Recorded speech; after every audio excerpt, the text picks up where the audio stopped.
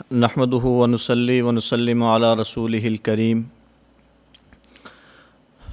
اما بعد فاعوذ بالله من الشيطان الرجيم بسم الله الرحمن الرحيم ورتل القرآن ترتيلا قال النبي صلى الله عليه وسلم خيركم من تعلم القرآن وعلمه او کما قال النبی صلی اللہ علیہ وسلم۔ نبی کریم صلی اللہ علیہ وسلم کی ختم نبوت کے صدقے اللہ رب العزت نے ہمیں جس کتاب سے نوازا ہے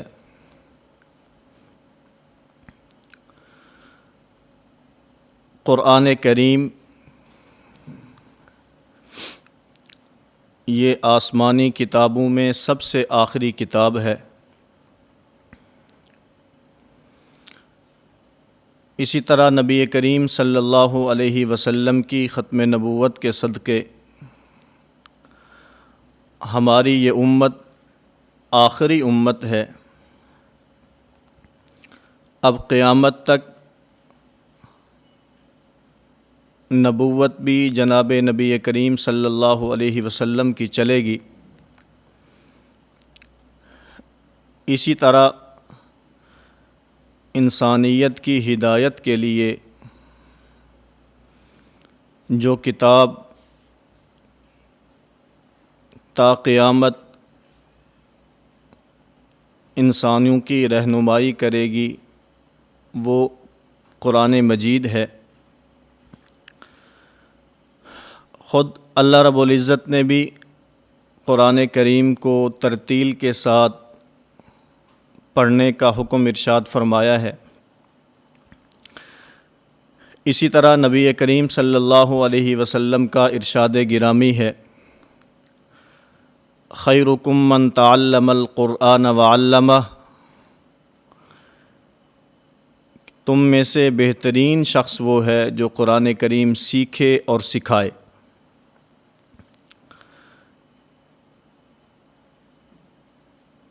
آج کے ان حالات میں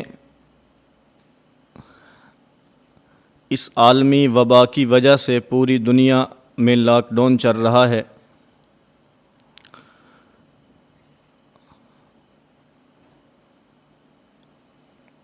اللہ رب العزت کی طرف سے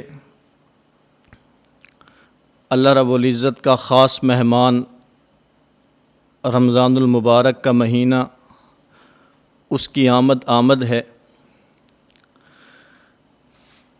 اس ماہ مبارک میں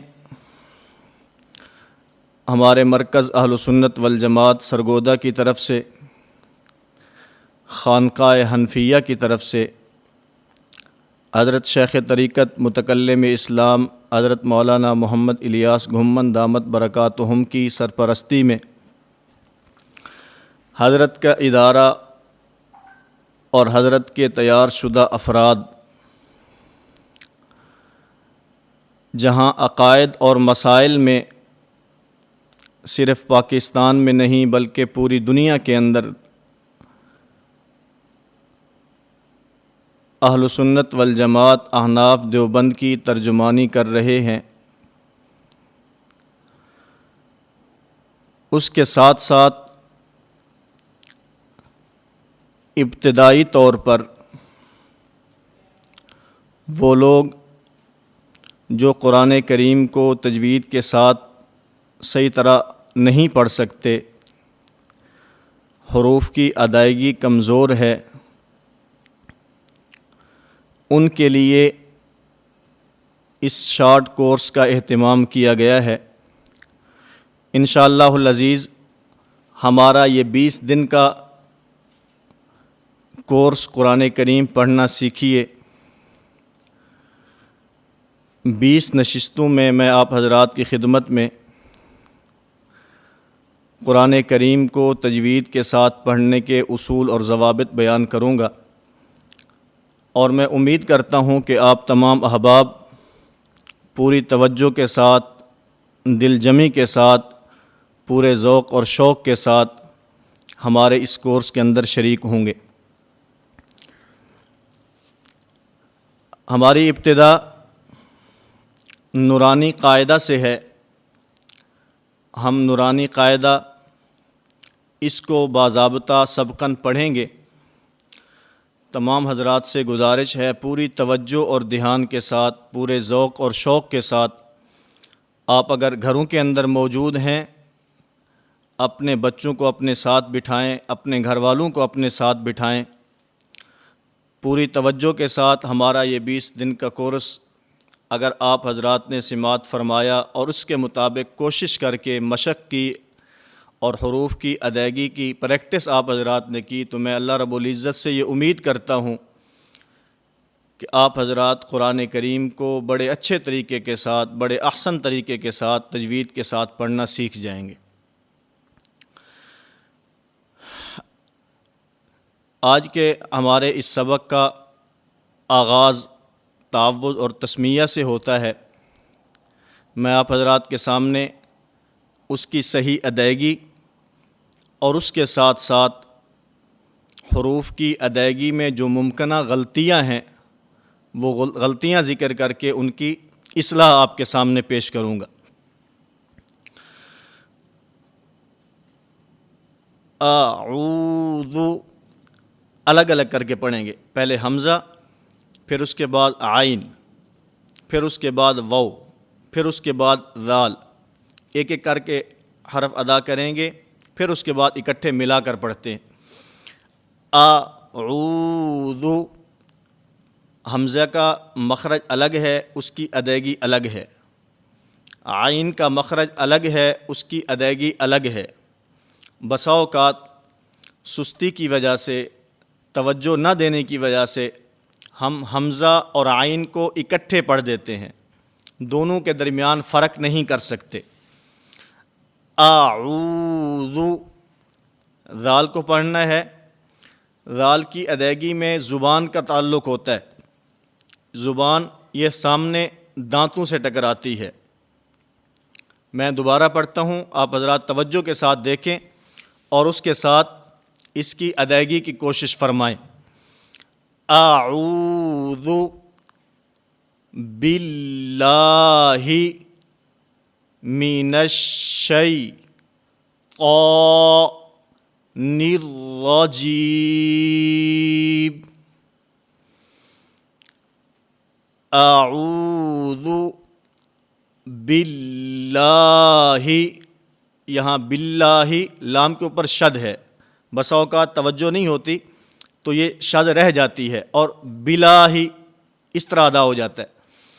اعوذ باللہ من الشیطان، شین کے اوپر شد ہے، من الشیطان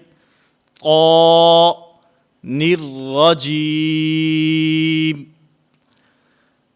بسم اللہ الرحمن الرحیم۔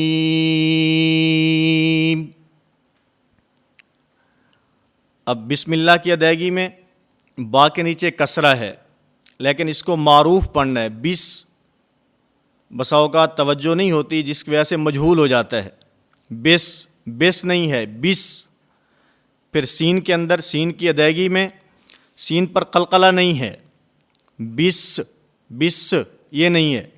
بسم اللہ، میم کے نیچے کسرہ اور معروف طریقے سے، پھر اس کے بعد لام کے اوپر شد اور پھر کھڑا زبر، بسم اللہ، اور کھڑے زبر میں ادائیگی کے اندر عمومی طور پر وہ حروف جو باریک ہوتے ہیں ان کو ادا کرتے ہوئے امالہ ہو جاتا ہے، زبر زیر کی طرف اس کا جھکاؤ ہو جاتا ہے، الف کا یا کی طرف جھکاؤ ہو جاتا ہے۔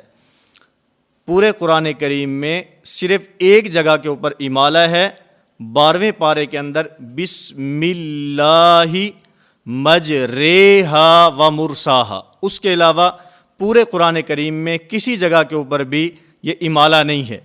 اس لیے باریک حروف کو ادا کرتے ہوئے اس کی خصوصیت کے ساتھ آپ حضرات نے مشق کرنی ہے کہ اس کے اندر امالہ نہ ہو۔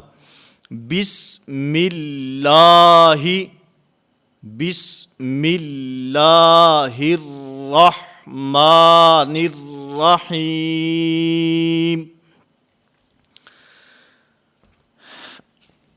نورانی قاعدہ کی پہلی تختی یہ حروف مفردات ہیں، اکیلے اکیلے حروف، الگ الگ پڑھے جانے والے حروف، ایک ایک حرف الگ الگ پڑھا جاتا ہے۔ اس میں پہلا حرف الف، اور آج کے اس سبق میں ان حروف میں ہم ان حروف کو پڑھیں گے جن کے آگے الف آتا ہے۔ قاعدہ آپ حضرات کے سامنے ہو، اس کے اوپر وہ حروف موجود ہیں جن کے آگے الف لکھا ہوا ہے، یہ آپ حضرات دیکھ سکتے ہیں۔ اس میں مثلاً با ہے، با اس کے آگے الف ہے، تا اس کے آگے الف ہے، سا اس کے آگے الف ہے۔ تو یہ حروف جن کے آگے الف لکھا ہوا ہے، آج کے ہمارے اس پہلے سبق میں وہ حروف ہمارے سبق کا حصہ ہوں گے۔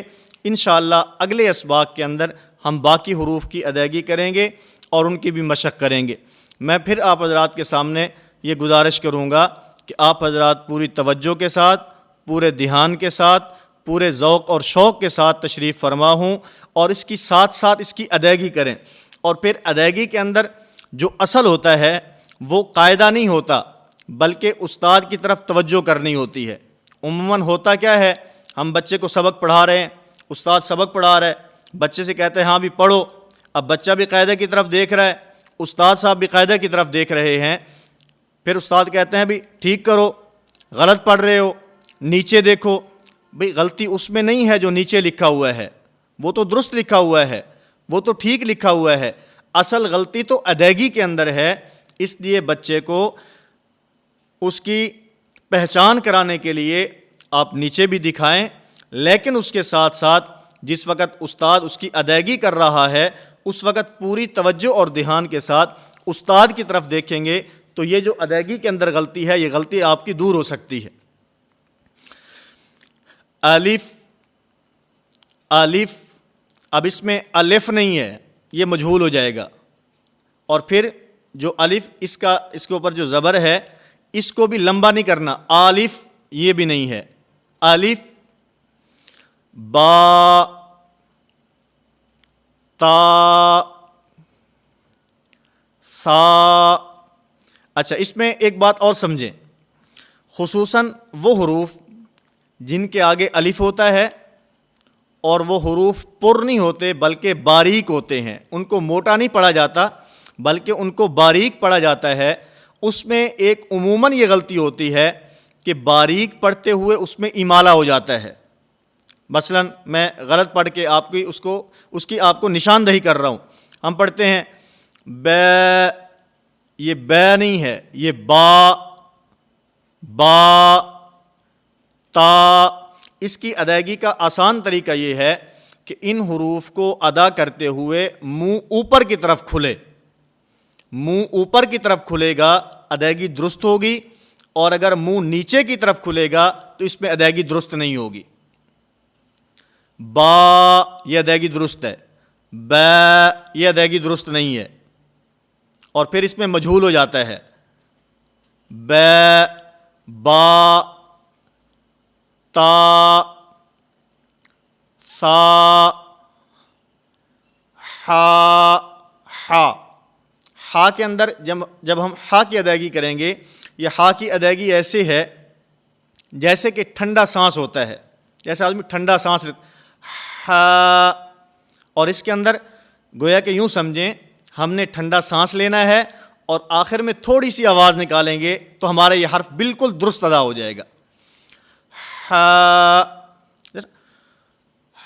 ہا، ٹھنڈا سانس لے رہے ہیں اور ٹھنڈے سانس کے ساتھ آخر کے اندر تھوڑی سی آواز آئے گی تو یہ ہمارا حرف بالکل صحیح ادا ہو جائے گا۔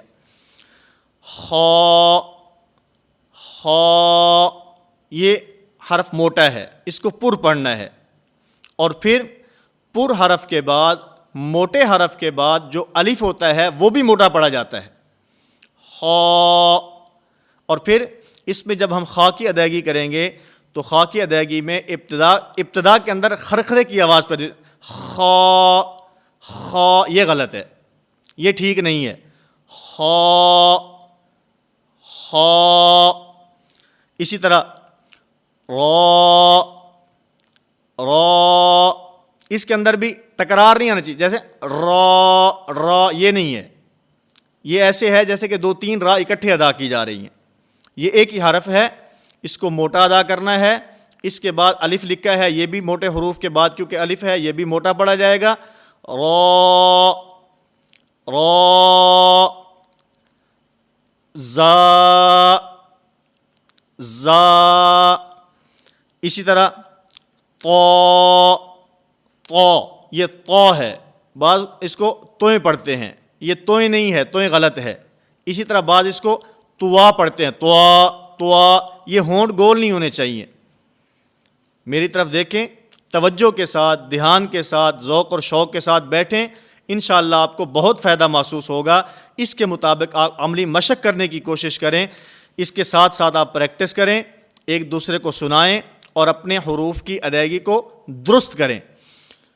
طا وا، یہ دونوں حرف موٹے ہیں، یہ توئے نہیں ہے، یہ زوئے نہیں ہے. عموماً ہمارے دیہاتی قسم کے لوگ، وہ کیونکہ دیہات کے کسی آدمی سے پڑھا ہوتا ہے تو ان کے مخارج بھی درست نہیں ہوتے اور حرف بالکل ہی ایک دوسرے سے بدل جاتا ہے.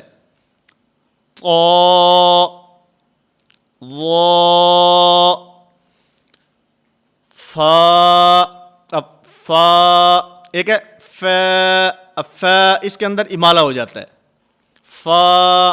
میں نے آپ کے سامنے اصول بیان کیا کہ اس طرح کے جو حروف ہیں جن کے آخر میں الف آتا ہے، اور خصوصاً وہ حروف جو باریک پڑے جاتے ہیں، عموماً اس کے اندر یہ غلطی دیکھنے میں آتی ہے کہ وہ امالہ کی طرف چلے جاتے ہیں، زبر زیر کی طرف اس کا جھکاؤ ہو جاتا ہے، الف کا یا کی طرف جھکاؤ ہو جاتا ہے. فا ہا یا. آخر میں پھر آپ حضرات کے سامنے دوبارہ ان حروف کی دہرائی کرتا ہوں. وہ حروف جن کے آخر میں الف ہے، الف والے جو حروف ہیں آج کے ہمارے سبق کا حصہ، وہ حروف تہجی میں سے، حروف ہجا میں سے، حروف مفردات میں سے، پہلی تختی کے حروف میں سے وہ حروف جن کے آخر میں الف ہے. الف، با، تا، ثا، حا، خا، را، زا، فا، ہا، یا. اب اس کے مطابق آپ حضرات نے کل کے سبق تک کم از کم 5 مرتبہ اس کی دہرائی کرنی ہے، آپس میں ایک دوسرے کو سنانا ہے. ہماری یہ ویڈیو آپ کے سامنے موجود ہے، اس ویڈیو کو چلائیں، اس کو دیکھ کر حروف کی ادائیگی کریں، حروف کو اپنے مخارج سے صحیح طور پر ادا کریں. قرآن کریم کو ترتیل کے ساتھ پڑھیں، قرآن کریم کو تجوید کے ساتھ پڑھیں. اللہ رب العزت مجھے بھی، آپ تمام حضرات کو بھی قرآن کریم کو تجوید کے مطابق پڑھنے کی توفیق عطا فرمائے. آخر میں بطور مشق کے میں سورۃ الفاتحہ کی 3-4 آیات آپ حضرات کے سامنے پیش کرتا ہوں. اس کے مطابق آپ نے ان حروف کی بھی مشق کرنی ہے اور اس کے ساتھ ساتھ آپ نے سورۃ الفاتحہ کی ان آیات کی بھی مشق کرنی ہے. انشاءاللہ میں کوشش کروں گا کہ سبق بھی چلتا رہے نورانی قاعدے کا، اور اس کے ساتھ ساتھ ہماری کچھ صورتیں جو تجوید کے مطابق، ترتیل کے مطابق ہم اس کی مشق کریں اور ان کو ہم پریکٹیکلی طور کے اوپر جو حرف ہم پڑھتے ہیں، جو چیزیں ہم پڑھتے ہیں، ان کو ادا کرنے کی کوشش کریں.